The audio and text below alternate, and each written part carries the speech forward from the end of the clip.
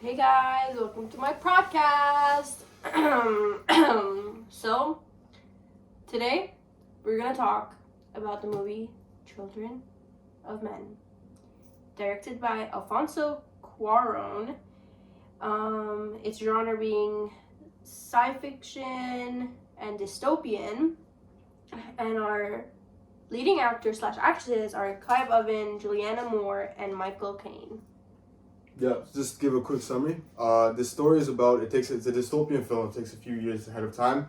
It's in a society or in a world where, children cannot be born anymore. There was some kind of, was it a virus or something with the air that made just people not be able to, women. It was women. Women cannot, reproduce. Yeah. And it basically takes in a world where just everything just collapses because there's kind of that dilemma, like what's the point of living if you can't, if you don't have something to live for, if you don't have kids to, grow and have a new world on top of them, what's the point of living? And basically society as a whole is collapsing because of this. And in this film, the main character, what's his name? It's played by Clive Owen. Yes. Theo. Theo is hired as a caretaker for a girl, the only girl that is known so far that has a kid that. Which is like a huge thing, and they want to take care of her because they know she's the future. If the government understands that, they're gonna like start testing her. They're gonna see like how she is, where she is, because, and I feel like that really brought up the whole like, it really brings out the whole like society, and it just really shows like the world we live in. Like they set a really perfect example for that like we can't have anything nice. Like once it's like a rare like thing, the government takes it over. Like the government takes it away from us, and they always just want to test stuff. Like if they see an alien and aliens are nice, they're gonna test them and they're gonna torture them so much that they're gonna despise us to the point that like they will never like visit. That's a very good point. Right? Like they just always like take stuff from like like anything. Like if you had Smurfs, like if we had fairies, like they're scared. Like if you see a fairy, you would be scared of them. You would be like, oh my god, like a living creature, like another creature that like is able to speak, whatever. But in reality, we're the animals. We're like, animals are scared of us because humans are like disgusting. They're always trying to reach for like more and more and more and more. That's human nature though, right? We're greedy and it's disgusting. Like our world is literally collapsing right now. Like we're living in Canada, and this is the first time we saw snow, and it's literally January 7th. Global warming, and like we can't have nice things. For sure. Let's talk about the first topic though. Alright, so we pretty much summarized and like what the film was about, and what do we think the film was trying to achieve? Which I think we just really spoke about that. And I think it's also a really, it talks about, you start off, I think it's just really trying to achieve telling us that like, we should be grateful for what we have.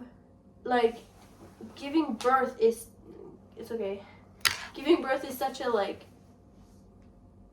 amazing experience that a woman can. Underappreciated. It's it's like no one really appreciates it. Everyone's always like in other countries, like in like the Middle East and like other countries, they're like, oh, women are nothing. Women like they're so like lower powered when we have the power. Like I have a question. It's from this film. It kind of talks about it. In a world where babies can be born, like in Children of Men. It's a really important thing. Like, do you think it's worth living if you cannot, raise a child? In a world, not just you solely, in a world where you can. Because, like, I think it can be argued that the purpose of our living, the purpose of humans, is so that we can create more reproduce, humans, right? So in a world where that is taken away, is it worth living? I don't know. That's a really good point. Yeah. I think that's when that's like the whole like thing that's trying to achieve. Honestly, I feel like personally, I don't want to be a mom until like 25, whatever. Okay. So I don't know. Like I feel like But like in Children of Men, it was like really reached to the limit where it was a quarantine, like it was like very bad. Yeah. But I feel like right now it's like in this like 2024, if they tell us like, oh, you can't reproduce children anymore, obviously some people are gonna go like wild. They're gonna be like, oh my god, like whatever.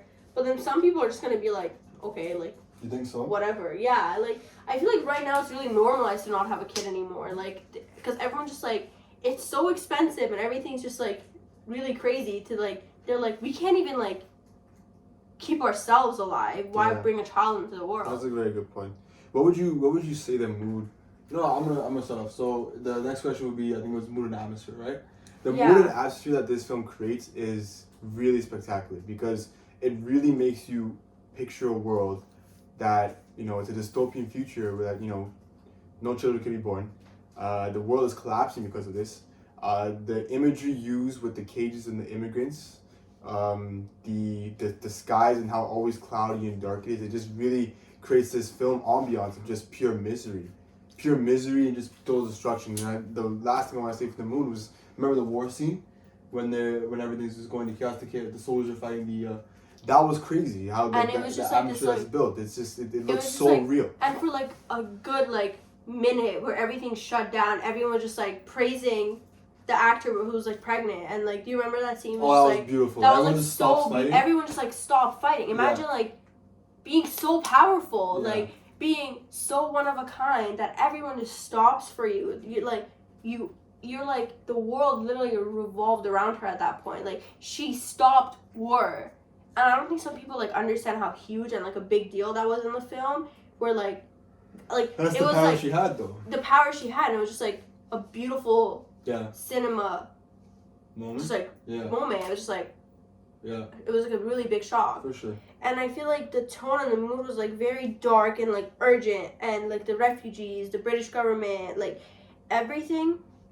And I feel like I also had some like relations towards that because I immigrated from Turkey to Canada, which made me feel like, damn, like compared to other people, I had it easier. Like obviously I had struggles and like what I went through, but like seeing that film, I was like I knew about it, but like really just like, as an immigrant yourself, could you imagine being placed in a cage like that, just being labeled as an asylum seeker? Could you imagine being like that? Yeah. Yeah? Yeah. Wow. Because like, that's crazy. Because when we first came to Canada, like we went to Quebec originally. Like we didn't come to Toronto. We were supposed to stay in Quebec, Montreal specifically. They put us in this like hotel that was disgusting, and we were literally just a number. We were a number. Yeah. They didn't care about us until like people from like the government came to us and they're like, oh, here's your like PR card. Here's this. Here's that. Go find yourself a house. Go find yourself a job. And it's just like very like shocking because you think you would come to a country to like, maybe like you would start making your living, but it's not. But like it's not like that. Like you literally start from zero. Like you go from having a whole house, like just really depends on how you immigrated. For sure. Like, but anyway, I feel like we're getting very sidetracked. No, that's I'm glad you opened up like that. Yeah, but. Yeah. Let's talk about elements of narrative. Do you have one that you would like to talk about? No, we're gonna talk about like how they like. Do you think the mood was appropriate and like the tone of the film was appropriate? I thought it was very appropriate, and especially knowing of like what they were trying to say in a society that's so broken as, you know, the film is trying to create, as so messed up. The tone and the mood was very dark, right? Very, like, very, and very I feel like depressive. It was very depressing, and even like brings us to like the elements of narrative, like natural light. Throughout the whole film, you saw like shadows, you saw gray, you saw like colors, which was like like real colors, which is like you just saw like darkness. You just kept seeing darkness and darkness and darkness until the very end of the film, where you see blue, which is like the ocean, where they finally like escaped in a way. Wasn't when the in the wartime scene with the baby, didn't the sun come out? I believe so. Didn't that happen? Which is obviously just showing, you know, God's grace to the baby. And I feel like that was like one of the big elements of like narrative that like was used in it, like the colors. And obviously real sound, because we heard telephone in the background, we heard gunshots, which was like it just adds to the film. The greatest, also the greatest moment, like that one shot that you were talking about. Oh yeah, that was insane. We're talking about the one shot scene in the forest when they're driving away and they get ambushed, which is just an absolute feat of cinematography. Especially this film was made in 2006. Those are current, like you would see. I was born at that age. Yeah. That's when I was like just right out of the uterus. Yeah, a lot of films nowadays use that one shot take. It's been very popular recently, but this film was made in 2006, and it still had that type of directing style, which is amazing. Cinematography. Yeah. And I feel like that was just like really huge, and I also was just really shocked because I thought Theo was gonna get with her because they saw each other again, and it was just and he's just taken away in a moment. And it's just taken away from him, and he's like, damn, he just knew that he had to prove himself right to her again. He's like, right. For her grace, for her, because she was trying to keep humanity. Yeah, we're talking about the leader of the rebellion right now. So. And he's like, I gotta do this for her, which I feel like really just at that moment really switched Theo. Yeah. In a way, he also had his regrets. He tried to escape a few times, obviously, but I feel like at that moment he's just yeah.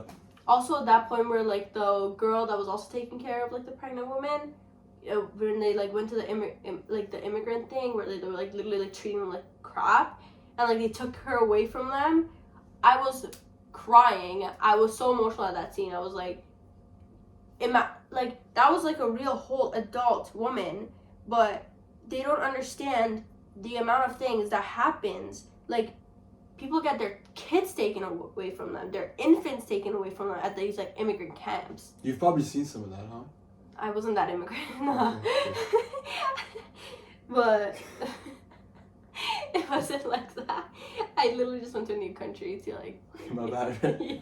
But I have seen on the news though, with a lot of immigrant families being separated because they just can't, they can't have. There's literally a war happening right now where they're taking their kids away. Oh yeah. So. But we're not gonna get into that because that's a very controversial topic in our school. Anyway, I feel like that brings us to our last point. Oh, actually, two last. Who do you think it was intended for? I feel like honestly 16 and above. But I think age is kind of superficial because you could just obviously name an age group and say, yeah, this film was made for. No, but who was it, the audience meant to watch it? That makes sense. You know what I'm trying to say? I feel like... I'll give you an example. For me, in my opinion, with The Children of Men, I think that was meant... It's definitely for adults. We're talking about age, but it's meant for an audience group that wants to kind of... See humanity. See humanity in a way because this film is really about the human nature at heart as well. So I would consider just, people who are into unraveling the kind of nature of ourselves. And it's a really poignant film that talks about that. Yeah, and I feel like you have to have such intelligence to understand deep within this movie. You need to have such high intelligence to watch this movie and understand and make its connections. This time elements going to this. Damn, they literally showed that one scene of that play place, and it was dark and gray where kids always see colors, right? Yeah. It was a sad beige baby room. Yeah. And it was so sad, seeing that kindergarten place thingy with the playground where and it's gone. It's empty. Right? It's gone. It's completely destroyed. There was no kids anymore. No life to it. There was literally no kids anymore. Yeah. We didn't even see teenagers in the movie. Yeah. Which was really heartfelt, I believe. Yeah. But would you recommend this film, and what do you rate this film out? I actually would not recommend this film. It wouldn't be a film that I would give to everybody because I feel like some people they wouldn't have the patience for it because this film does take a little while to get going. Because it tries to build that kind of environment, and it builds the setup for the film in the first 30 minutes. Some films are very linear, which is other films we watch in class. I feel like they're very linear. Shawshank is linear because it's a story. Shawshank is very linear. Yeah. Forrest Gump was linear. Super linear. Right? Yeah. But this film was just a graph, but I couldn't solve because I dropped out of math. Like it was just like all over the place, and I was like, Jesus damn, like can we slow this down? That's why I wouldn't recommend it to anyone, because you have to be really locked in to understand it. But it is a good film. A 3.5. I think I talked about this before. Fair. The ending was really disappointing for me, cause I didn't know, like. It was vague. It was very vague, cause I was like, are they gonna survive? Like, what if that little ship hits an iceberg? Yeah. I think it was meant to be continued, the film, but it just never got the. No, I think it was just supposed to be like a cliffhanger. Like really? You figure it out.